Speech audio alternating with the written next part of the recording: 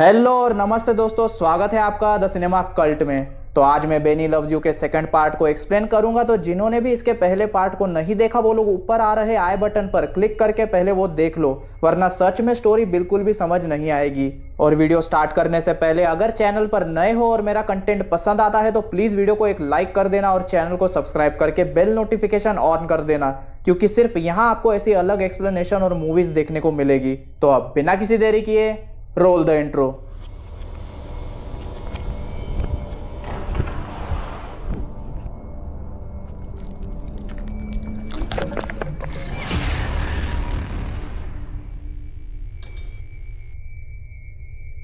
तो जैक के उस बिल्ली को दफनाने के बाद सीन ऑफिस में शिफ्ट होती है, जहां रॉन जैक से कहता है कि सैटरडे को वो उसके बच्चों के साथ कहीं बाहर जा रहा है, जिस वजह से उसे कुछ घंटों के लिए उसके डॉग प्रेशियस का ध्यान रखना होगा। और रॉन के जाने के बाद डॉन भी जैक से कहती है कि वो भी सैटरडे को उसके घर आएगी। सीन जैक के घर में शिफ्ट होती है, जहां हम फिल और उसकी गर्लफ्रेंड तारा को देखते हैं, जो कि जैक का घर खरीदने आए थे। फिल तारा को घर दिखाई रहा होता है कि तभी तारा को एक दीवार पर गेट आउट बेब्स लिखा हुआ मिलता है। वो दोनों इसके बारे में सोच ही रहे होते हैं कि तभी हाउस ऑन सेल का बोर्ड सीधा फिल के पेट को फाड़ के बाहर निकलता है और तारा होली के रंगों की तरह फिल के खून से रंग जाती है। तारा बेनी को देख के भागने लगती है और सीढ़ियों के नीचे बने एक स्टोर रूम में छुप जाती है। वो पुलिस का नंबर ही डायल कर रही होती है, तभी वहां पर बेनी आ जाता है। तारा वहां से निकलकर सोफे के ऊपर लेट जाती है और खुद को तकियों से छुपाती है। इतनी बेवकूफ तो हमारी अनन्या पांडे भी नहीं होगी जितनी तारा है, बट खैर। फिर बेनी किचन में जाकर मस्त पैकी रेडियो ऑन करता है और पानी गर्म करने रखता है, जिस बीच वो चाय भी बनाता है और फिल के पास लेकर जाता है, जो कि भागने की कोशिश कर रहा था। और बेनी उस गर्म चाय को सीधा फिल के चेहरे पे फेंक देता है और उस गर्म पानी को तारा के चेहरे के ऊपर डाल देता है। तारा बेनी से बचते हुए एटिक में जाकर छुप जाती है, पर एटिक की सीढ़ी और उसका फोन नीचे गिर जाता है, जिसे बेनी देख लेता है और तारा ऊपर ही अटक जाती है। तभी जैक घर पर आता है और घर की हालत देखकर बेनी को बहुत डांटता है, जिसके बाद वो फिल की बॉडी को भी बैकयार्ड में दफना देता है। और सुबह होते ही जैक बेनी को फिर से उसी बॉक्स में डालकर बेसमेंट में लॉक कर देता है। इसके बाद वो पूरे घर को साफ करता है, क्योंकि आज सैटरडे था और उसकी आइटम जो आने वाली थी। फिर वो उसके लिए खाना बनाता है, पर डॉन को वो खाना पसंद नहीं आता। सीन बेसमेंट में शिफ्ट होती है, जहां बेनी अंदर से बॉक्स को हिला हिला के नीचे गिरा देता है, जिससे बॉक्स का ढक्कन खुल जाता है और बेनी किसी तरह बेसमेंट में से बाहर निकल आता है। साला बेनी तो कुछ ज्यादा ही शाना है। खैर तभी रॉन वहां आता है, जो अपने डॉग प्रेशियस को जैक के पास छोड़ने आया था। वो जैक को प्रेशियस के सारे इंस्ट्रक्शन समझा के वहां से चला जाता है और उसके जाते ही जैक प्रेशियस को नीचे फेंक देता है और सीधा डॉन के पास चला जाता है। तभी बेनी कुल्हाड़ी लेकर पास ही से गुजर रहा होता है कि तभी उसकी नजर प्रेशियस पर पड़ती है और वो कुल्हाड़ी को सीधा प्रेशियस पर फेंक के मारता है और बेचारी प्रेशियस बेवजह मारी जाती है। यहाँ डॉन जैक को बताती है कि उसके पास एक एमी नाम की डॉल थी, जिसे वो बहुत प्यार करती थी। जब वो 10 साल की थी तो उसके बर्थडे के 2 दिन पहले एमी कहीं गायब हो गई। फिर एक रात जब वो सो रही थी तो उसे कुछ आवाजें सुनाई दी और उसकी माँ जोर से चिल्लाई। जब वो बाहर आई तो उसने देखा कि उसकी माँ का पैर ट्रिप हो गया और वो सीढ़ियों से नीचे गिर गई और उनका पैर एमी पर ट्रिप हुआ था, जिस वजह से उनकी गर्दन टूट गई और उनकी मौत हो गई। तब वो चाहती थी कि वो एमी को चीर फाड़ दे, पर उसके बाद से एमी फिर से कहीं गायब हो गई और आज तक उसे नहीं दिखी। पर जैसे ही डॉन की दर्द भरी दास्तां खत्म होती है, वो देखती है कि जैक तो सोफे पे था ही नहीं और जैक यहाँ प्रेशियस की लाश को देख लेता है, जिसे बेनी ने कुल्हाड़ी मारने के बाद फांसी पे लटका दिया था। जैक फटाफट प्रेशियस की लाश को ठिकाने लगाता है और सारा खून साफ करता है। वो किचन में अपने हाथ ही धो रहा था कि उसे ढूंढते हुए डॉन वहां आ जाती है। तभी उसे बेनी दिखता है, जिसके हाथ में किचन नाइफ था। बेनी डॉन को मारने ही वाला होता है कि जैक डॉन से कहता है कि मैं तुमसे प्यार नहीं करता, जिसे सुनकर बेनी रुक जाता है और डॉन को लगता है कि शायद जैक की तबीयत खराब है, जिसके कारण वो जैक को ऊपर वाले कमरे में ले जाती है और उसके साथ गुलू गुलू करने का सोचती है। लेकिन जैक बहाना बना के नीचे आ जाता है और बेनी को ढूंढने लगता है, पर बेनी तो प्रेशियस की बॉडी को डॉन के पास लेके जाता है। लेकिन जैक वहां आ जाता है और इससे पहले डॉन बेनी और प्रेशियस की लाश देख पाती, जैक डॉन के सामने प्रेशियस को घपाघप चाकू मारने लगता है और उसकी बॉडी को खिड़की से बाहर फेंक देता है। एंड डॉन को झूठ बोलता है कि प्रेशियस उस पर हमला करने वाली थी, इसीलिए उसे ये करना पड़ा। पर बाहर हम देखते हैं कि रॉन वापस आ चुका था और प्रेशियस की डेड बॉडी सीधा उसके कार पे जाके गिरती है, जिसके बाद सीन सीधा ऑफिस में शिफ्ट होती है, जहां हम जैक को देखते हैं, जिसे जॉब से निकाल दिया गया था। यहाँ ऑफिस काउंटर पर हम उन्हीं 2 पगलेट पुलिस ऑफिसर्स को देखते हैं, जो कि प्रेशियस की मर्डर की पूछताछ कर रहे थे।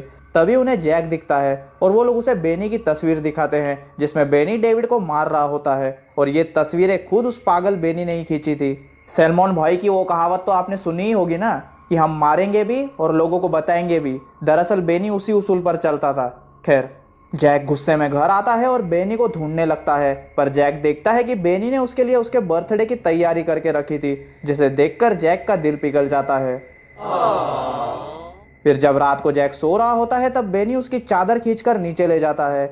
जैक उसके पीछे जाता है तो उसे नीचे एक बड़ा सा बर्थडे प्रेजेंट दिखाई देता है जो कि हिल रहा था और उसके अंदर से आवाज आ रही थी। जैक उस प्रेजेंट को खोलता है और उसके अंदर रॉन था जिसके हाथ पैर बंधे हुए थे। तभी हमें फ्लैशबैक दिखाया जाता है जिसमें बेनी रॉन को बेहोश कर कार में डाल के यहाँ लेके आता है, पर रॉन को नहीं पता होता कि उसे बेहोश किसने किया था। तो वो जैक को बोलता है कि क्या तुम साइको हो, पर जैक कहता है कि उसने ये सब नहीं किया है। तो रॉन उसे गुड बॉय बोलकर रस्सियाँ खोलने बोलता है, जिस पर जैक की सटक जाती है और वो उसकी रस्सियाँ खोलने के बजाय उसकी एक फोटो खींचता है और उसे ब्लैकमेल करता है कि वो उसे प्रमोशन देकर उसकी सैलरी डबल कर दे। एंड मजबूरी में रॉन इसके लिए मान जाता है, पर जैक का इससे भी मन नहीं भरता और वो अपने बॉस को कहता है कि बोलो कि तुम्हें मेरी कुतिया बनना पसंद है। पर जैसे ही रॉन ये बोलता है तभी अचानक से ही बेनी एक गार्डन फोर्क फेंकता है जो सीधा रॉन के गले में आके घुसता है, जिसके बाद बेनी एक किचन नाइफ से रॉन का दिल निकालकर जैक को एज अ बर्थडे प्रेजेंट के रूप में देता है।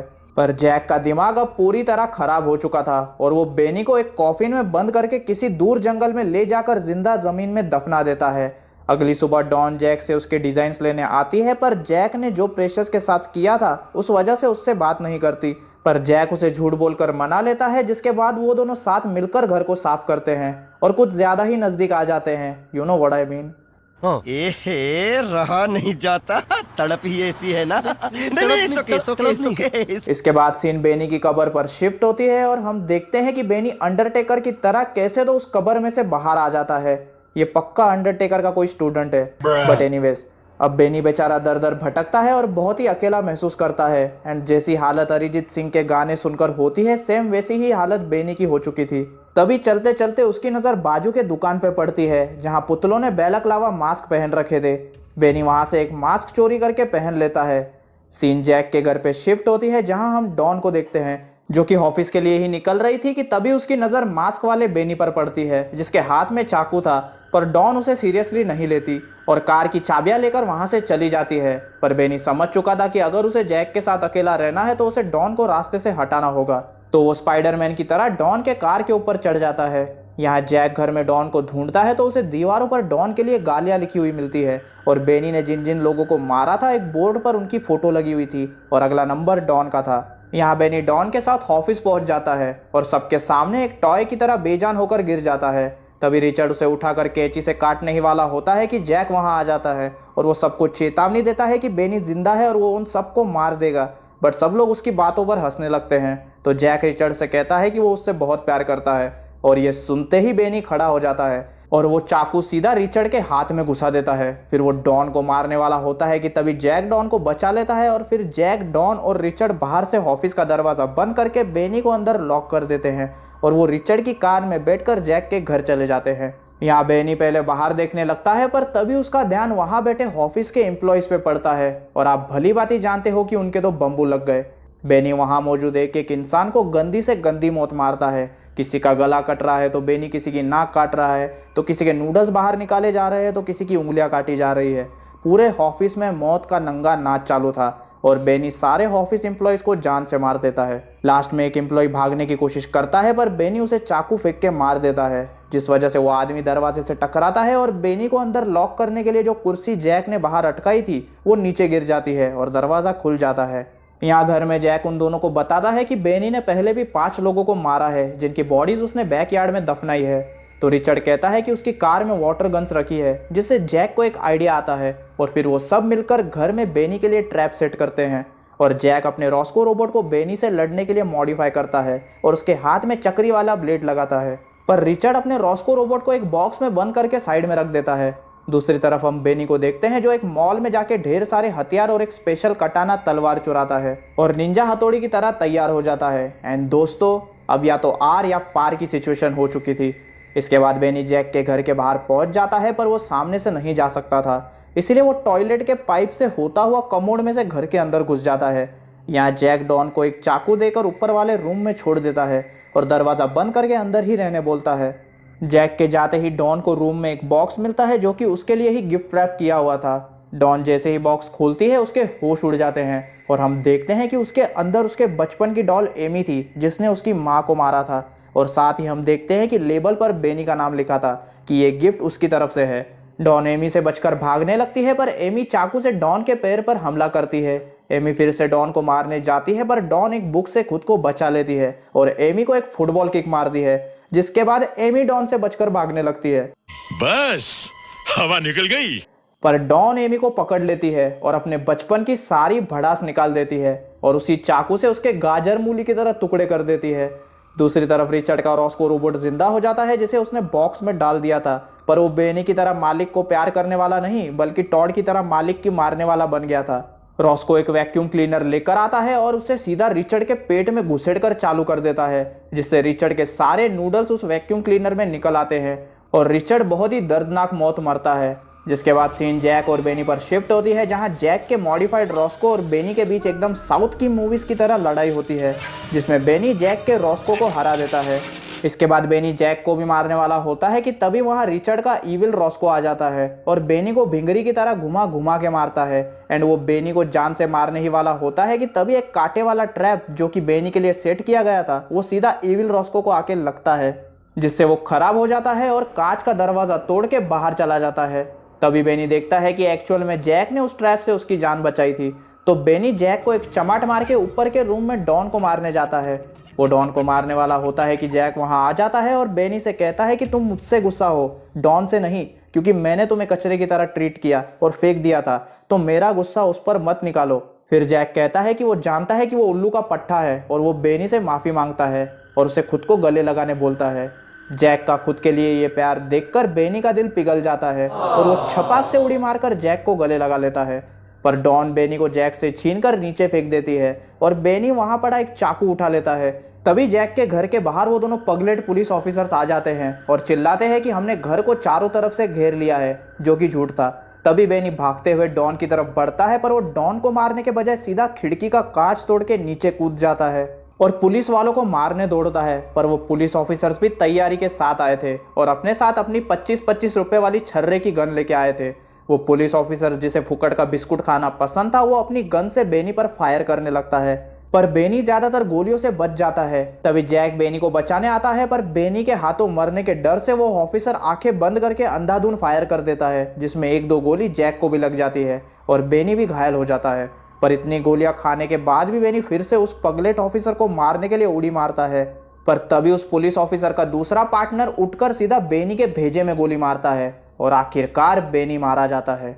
इसके बाद कहानी 2 महीने आगे शिफ्ट होती है और हम देखते हैं कि जैक डॉन के साथ कहीं और शिफ्ट हो रहा था और वो अपने सामान के साथ अपने सारे खिलौने भी ले जा रहा था, जिसमें बेनी भी था जो कि अब बेजान था। उनके वहां से जाते ही सीन एक रोड पर शिफ्ट होती है और हम जैक को सुनते हैं जो बोलता है कि हम सबके पास वो एक स्पेशल टेडी बियर जरूर होता है जिससे हम सालों तक प्यार करते हैं, जो एक वक्त में हमारी पूरी दुनिया होता है।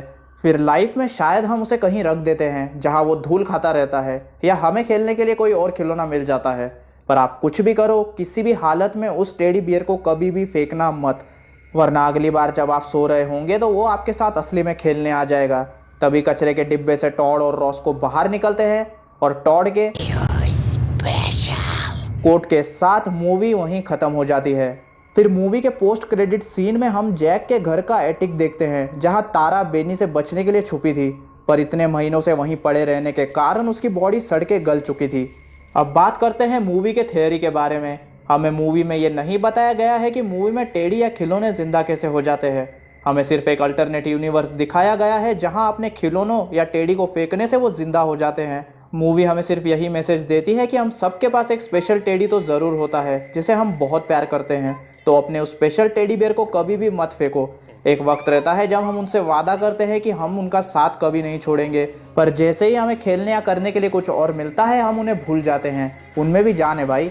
और आपने देखा कि स्टार्टिंग में जब एशली टॉड को फेंकती है तो वो बुरा बन जाता है और ज़्यादातर खिलौने बुरे ही बनते हैं, पर बेनी ऐसा नहीं था। जैक के फेंकने के बाद भी वो जैक से बहुत प्यार करता था और जैसे ही उसे लगता कि कोई भी जैक को परेशान कर रहा है वो उन्हें जान से मार देता। बट वक्त के साथ उसका प्यार जुनून में बदल गया, जिस वजह से अगर कोई जैक के करीब भी आता या उससे हंसकर बात भी करता तो बेनी को लगता कि शायद वो पर्सन जैक को उससे छीन न ले, इसलिए वो उन्हें भी मार देता। और बेनी जैक से इतना प्यार करता था कि एंड में जब उसे पता चला कि बाहर पुलिस आई है और जैक को पकड़ सकती है तो वो तब भी जैक को बचाने के लिए पुलिस वालों को मारने खिड़की से कूद पड़ा। और एंड में हर साइको या जिस पर किसी चीज़ का जुनून सवार रहता है उनका अंत ऐसा ही होता है जैसा बेनी का हुआ। अब मैं आपको मूवी की 1-2 डिटेल्स बताता हूँ। मूवी में जिसने जैक का रोल प्ले किया है उन्होंने ही इस मूवी की स्क्रिप्ट लिखी है और इस मूवी को डायरेक्ट भी किया है और उनका नाम है कार्ल होल्ट। और हर मूवी के एंड में जो डिस्क्लेमर आता है ना कि इन मूवी की स्टोरी और कैरेक्टर्स का रियल लाइफ से कोई संबंध नहीं है, उसमें कार्ल सर ने लिखा है कि इस मूवी में दिखाई गई सारे लोग और घटनाएं काल्पनिक है और इनका रियलिटी से कोई वास्ता नहीं सिवाय बेनी के जिंदा होकर लोगों को मारने के। स्टोरी के कुछ हिस्से सच है और डायरेक्टर ने यह सिर्फ एंटरटेनमेंट के लिए लिखा है। और ये सिर्फ एक छोटी डिटेल थी जो मुझे लगा कि आप लोगों के साथ शेयर करनी चाहिए। और इसी के साथ ये था मेरा बेनी लव्स यू मूवी का complete explanation with theories and details. और मुझे गारंटी है कि आपको ये मूवी ज़रूर पसंद आई होगी। तो अगर वीडियो पसंद आया है तो प्लीज़ वीडियो को एक लाइक कर दो। आपको एक्सप्लेनेशन कैसा लगा ये मुझे कमेंट सेक्शन में बताओ। और जितने भी लोग चैनल पर नए हैं, अगर आपको मेरा कंटेंट पसंद आता है तो चैनल को सब्सक्राइब किए बिना मत जाओ और साथ ही वो बेल नोटिफिकेशन आइकन भी दबा दो ताकि मेरी कोई भी नई वीडियो आए तो आपको सबसे पहले पता चले। और आपको यहाँ पर ऐसी ही यूनिक मूवीज़ एंड एक्सप्लेनेशन देखने को मिलती रहेगी। और जो भी लोग इस मूवी को देखना चाहते हैं वो मेरे टेलीग्राम चैनल को सब्सक्राइब कर लो, जिसका लिंक डिस्क्रिप्शन में है। मैं बहुत ही जल्द वहाँ पर ये मूवी अपलोड कर दूंगा। एंड अगर आपको जानना है कि मेरी आने वाली वीडियोस किस मूवीज़ पर होने वाली है या आपको फनी मीम्स देखना पसंद है तो मुझे इंस्टाग्राम पर फॉलो करो, जिसका लिंक भी आपको डिस्क्रिप्शन में मिल जाएगा। और इसी के साथ मिलता हूँ मैं आपसे अगली वीडियो में और तब तक के लिए stay with the cult. You're special.